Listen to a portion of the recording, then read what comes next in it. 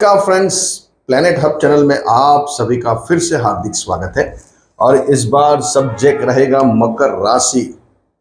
शनि के घर की राशि है और 1 सितंबर से लेकर 15 सितंबर ग्रह अपनी चाल चलने वाले हैं। एक ही प्लेनेट चेंज होने वाला है, सभी बाकी प्लैनेट्स अपनी जगह संभाल के बैठे हैं। तो यहाँ कौन सा ऐसा जो प्लैनेट्स है वो राशि चेंज कर रहा है। दोस्तों, आपकी जो राशि है मकर राशि, मकर राशि में जो भाग्यश बुध है, नसीब, वो बुध अभी राशि परिवर्तन करने वाले हैं। 31 अगस्त को वो कर्क राशि से निकलकर सूर्य के घर की सी राशि में भ्रमण करने वाले हैं और आपकी कुंडली के अंदर वो यहाँ अष्टम स्थान में भ्रमण करने वाले हैं। देखते हैं क्या उसका रिजल्ट मिलेगा और दूसरे ग्रह क्या आपके लिए सिचुएशन बना रहे हैं। ये है आपकी राशि मकर राशि। राशि का स्वामी शनि खुद 3rd हाउस में, वो भी वक्री शनि जब भी चलते हैं तब जो काम उल्टे सुलटे हैं उसको कैसे निपटाना, उसके ऊपर उनका मेन दारो मदार रहता है।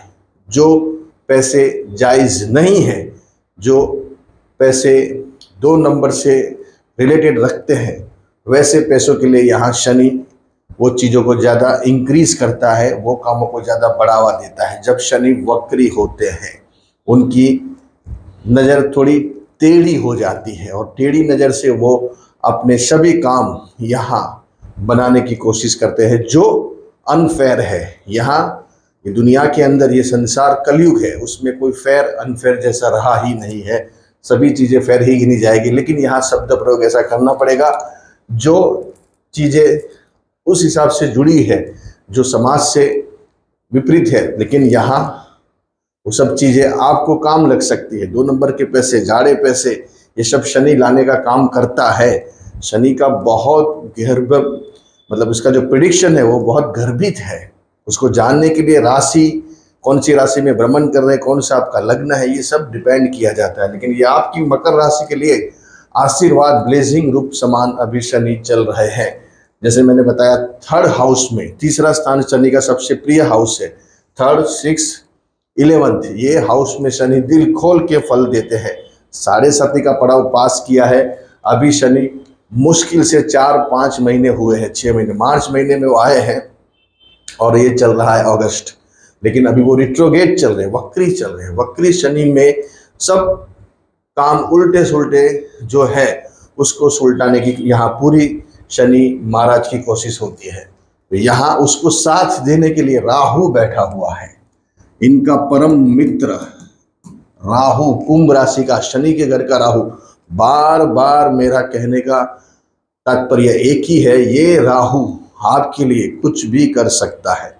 जिसकी मानसिकता बड़ी है, जिसके विचार बड़े हैं, जिनके गोल्स बड़े हैं, जिसके एम्स बड़े हैं, सपने बड़े देखे हैं, वो सपने पूरे करने के लिए यहाँ राहु धन स्थान में आया है। और वो भी कुंभ राशि का, शनि के घर का सबसे बलवान राहु गिना जाता है यहाँ। तो ये राहु ही आपको बड़ी अचीवमेंट दिला सकता है। बड़े ऐसे जो आपके काम है जो नहीं बन रहे हैं, जिसको सुलटाने के लिए राहु ही चाहिए, यहाँ राहु वो काम कर सकता है। लाइजनिंग का काम जैसे बहुत बड़ा काम है, ये भी लाइजनिंग में जुड़े हुए व्यक्ति पर्सन है या कोई भी ऐसे काम से आप जुड़े हुए हैं जो काम नहीं हो रहा है, रुपयों से लगता, बैंक से लगता, धन से लगती समस्या है, वो सब यहाँ राहु सॉल्व कर सकता है और करेगा। अगर आपकी जन्म कुंडली और आपको सपोर्ट कर रही है तो सोने पे सुहागा होने वाला है। मकर राशि वालों के लिए राहु, शनि जब वक्र होता है तभी राहु अपने सभी पैतरे आजमाना शुरू करता है, सभी पंख, विंग्स खोल देता है और वो आकाश में, स्काई में उड़ने लगता है और बाज नजर से देखता है कहाँ उनका शिकार पड़ा हुआ है। ये राहु की तरकीब है दोस्तों। जब उसको मौका मिलेगा वो अपना खेल खेल लेगा और आपके लिए बड़ा धन उठा के लेके रख देगा आपके सामने। ये राहु एक ही काम होते हैं, सोने की दुकान के अंदर, ज़ेवरी की दुकान के अंदर दिन भर आपको कुछ नहीं दिखेगा, लेकिन एक ही व्यक्ति ऐसा आता है, महीने में 1-2 दिन ऐसा कुछ मूवमेंट रहती है, पूरा साल भर का हिसाब निकल जाता है और वही वो है राहु। राहु एक ही खेल खेलेगा, अभी तो बैठा है, 1.5 साल है, ऑलमोस्ट अक्टूबर 2026 तक यही राहु कमाल करेगा आपके लिए। और उसका साथ देने के लिए अभी जैसे मैंने बताया, बुध कर्क राशि में यहाँ जल तत्व में थे, इतना कर्क राशि में बुध काम नहीं करते दोस्तों। पानी की राशि बुध की, कर्क राशि जो है वो बुध के लिए पूरी नेगेटिव राशि है, यहाँ बुध बिल्कुल काम नहीं करते। शुक्र चलते हैं एक बार, लेकिन बुध कर्क राशि में डाउन हो जाते हैं पानी में। तो यहाँ बुध अपनी राशि, जैसे मैंने बताया 31 अगस्त को बुध यहाँ सिंह राशि में, ऑलरेडी सूर्य सिंह राशि का चल रहा है और केतु भी चल रहा है। तो ये दोनों प्लैनेट्स यहाँ सूर्य और केतु चल रहे थे और साथ देने के लिए बुध आएगा जो भाग्य का स्वामी है, और वो भी अष्टम स्थान में। और बुध अपने परम मित्र राहु को देखेंगे, तो ये सोने पे सुहागा होगा, भाग्य का सहारा राहु को मिलेगा। आप समझ लिए नसीब, मैंने जैसे बोला है आपको, बहुत से वीडियो में बताया है कि नसीब बहुत जरूरी है। ऐसे ऐसे लोगों का नसीब आपने चमकते देखा है, जिसको बोलने का ठिकाना नहीं, चलने का ठिकाना नहीं, उसकी लाइफस्टाइल अलग थी और आज अलग जगह पे बैठे हैं। उसके लिए नसीब होना जरूरी है।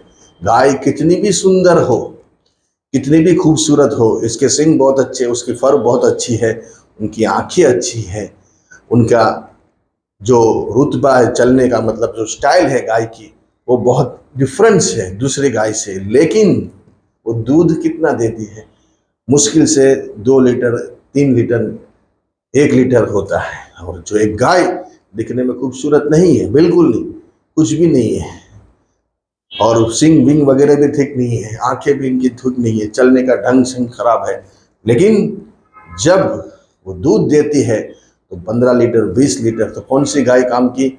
जो अपने को ज़्यादा दूध देती है। वैसे ही नसीब, व्यक्ति कैसा भी दिखता हो, कैसा भी रहता हो, लेकिन नसीब जब चमकता है तो अपने मुंह में उंगली चबाते रह जाते हैं। तो यहाँ नसीब का साथ देने के लिए बुध आया हुआ है। किसको?